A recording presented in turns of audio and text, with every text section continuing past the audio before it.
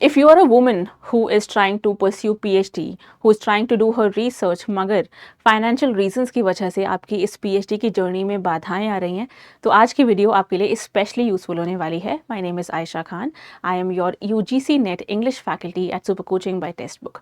स्वागत है आप सभी का आज के सेशन में, जिसमें हम टॉप PhD फेलोशिप्स डिस्कस करेंगे ओनली फॉर विमेन। तो आज की जितनी भी फेलोशिप्स हैं वो विमेन के लिए स्पेशली बनाई हुई हैं, ठीक है। सिंगल गर्ल चाइल्ड के लिए काफ़ी सारी फेलोशिप्स हैं, तो हम देख लेते हैं कौन कौन सी फेलोशिप्स आप अवेल कर सकते हैं, किसके लिए आप एलिजिबल हैं एंड क्या क्या प्रोसेस रहेगा, कैसे आप अप्लाई कर सकते हैं, क्या स्टाइपेंड है इस फेलोशिप के अंदर, कितनी अमाउंट आपको मंथली या एनुअली मिल सकती है।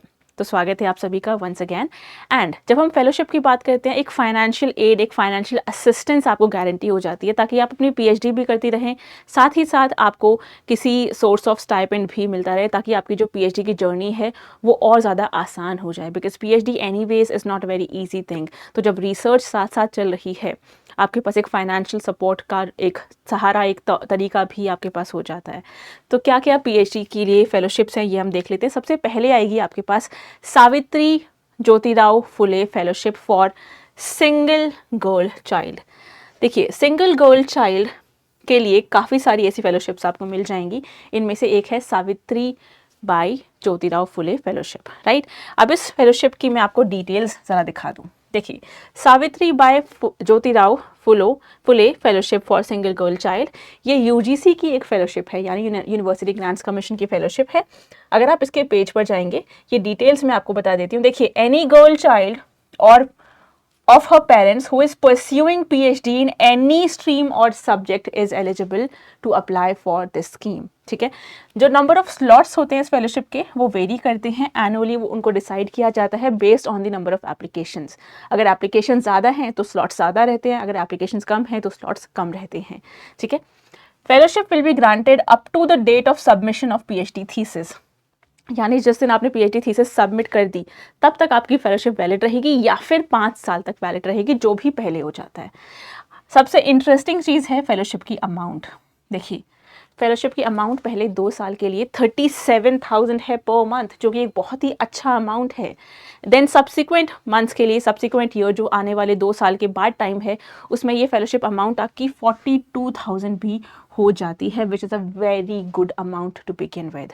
तो ये आपकी पहली फेलोशिप रहेगी, which is called Savitribai Jyotirao Phule fellowship for single girl child. अच्छा, ऐसे ही सिंगल गर्ल चाइल्ड के लिए एक और फेलोशिप है जिसका नाम है Swami Vivekananda single girl child scholarship for research in social sciences. यहाँ पर आपके पास सोशल साइंसेज स्पेसिफिकली मैंशनड है, ठीक है। तो ये भी रिसर्च पर्पज़ के लिए, स्पेशलाइज्ड रिसर्च के लिए, एडवांस रिसर्च के लिए, सिंगल गर्ल चाइल्ड के लिए एक बहुत ही अच्छी अपॉर्चुनिटी है।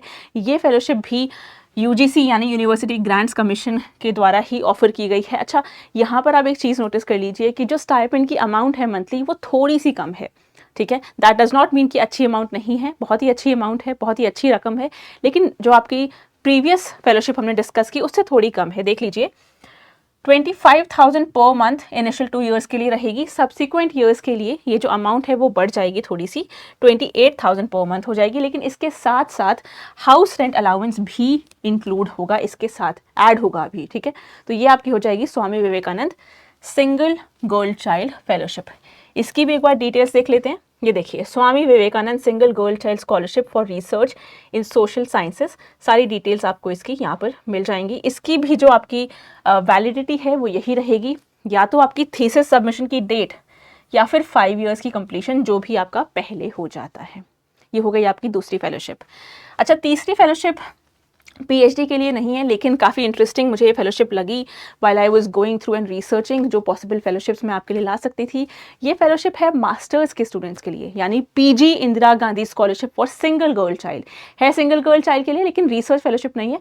लेकिन आई थिंक अगर आप मास्टर्स कर रहे हैं परस्यू, या आपका कोई फ्रेंड है, सिस्टर हैं जो मास्टर्स परस्यू कर रही हैं, इनके लिए ये भी यूज़फुल रहेगी। इसकी डिटेल्स मैं आपको बता देती हूँ। ये फाइनेंशियल असिस्टेंस प्रोवाइड करती है सिंगल गर्ल चाइल्ड को जो अपने मास्टर्स कंप्लीट कर रही हूँ, ठीक है। तो एक बार देख लेते हैं। ये देखिए, PG Indira Gandhi scholarship for single girl child, ये ऑब्जेक्टिव इसका है फाइनेंशियल असिस्टेंस प्रोवाइड करना। इसमें आपके पास एक कैप है, 3,000 टोटल ये आप फेलोशिप्स ये क्या की जाती हैं, दी जाती हैं। टेन्योर है 2 इयर्स का। स्कॉलरशिप की जो अमाउंट है वो एनुअल रहेगी, पर एनम आपके पास 36,200 तक की ये फेलोशिप है, right. This is for masters. Post graduate के लिए आपकी ये फेलोशिप हो जाएगी। अच्छा, इन 3 फेलोशिप्स के अलावा आपके पास एक और इंटरेस्टिंग फेलोशिप है। इनफैक्ट एक नहीं, मल्टीपल हैं, तो एक बार वो भी देख लेते हैं। ये देखिए, ये आपका India science technology and innovation portal है। अगर आप इसको खोलेंगे, स्कॉलरशिप्स फॉर वुमेन के अंडर जाइए, ठीक है। अब जो आपके पास यहाँ पर स्कॉलरशिप्स आ रही हैं, आप देखेंगे कुछ इनमें से स्कॉलरशिप्स हैं, कुछ फेलोशिप्स हैं। डिफरेंस क्या है? दोनों ही फाइनेंशियल एड या फाइनेंशियल असिस्टेंस प्रोवाइड करती हैं। एक है जो मेरिट बेस्ड होगी और थोड़ी सी अंडर ग्रेड या फिर जो प्री ग्रेड कोर्सेज हैं उनके लिए होती है, जैसे आपकी पीजी वाली थी अभी, राइट।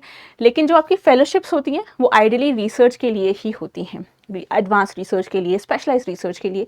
अब यहाँ पर आपके पास मिक्स्ड है, ठीक है। Gender advancement for transforming institution, inspire she, post graduate Indira Gandhi scholarship जिसकी अभी हम डिस्कशन कर रहे थे। You have Pragati scholarship for girl student और technical education. You have the वाइस स्कोप फेलोशिप। अच्छा, वाइस क्या है? Women in science and engineering, hence vice.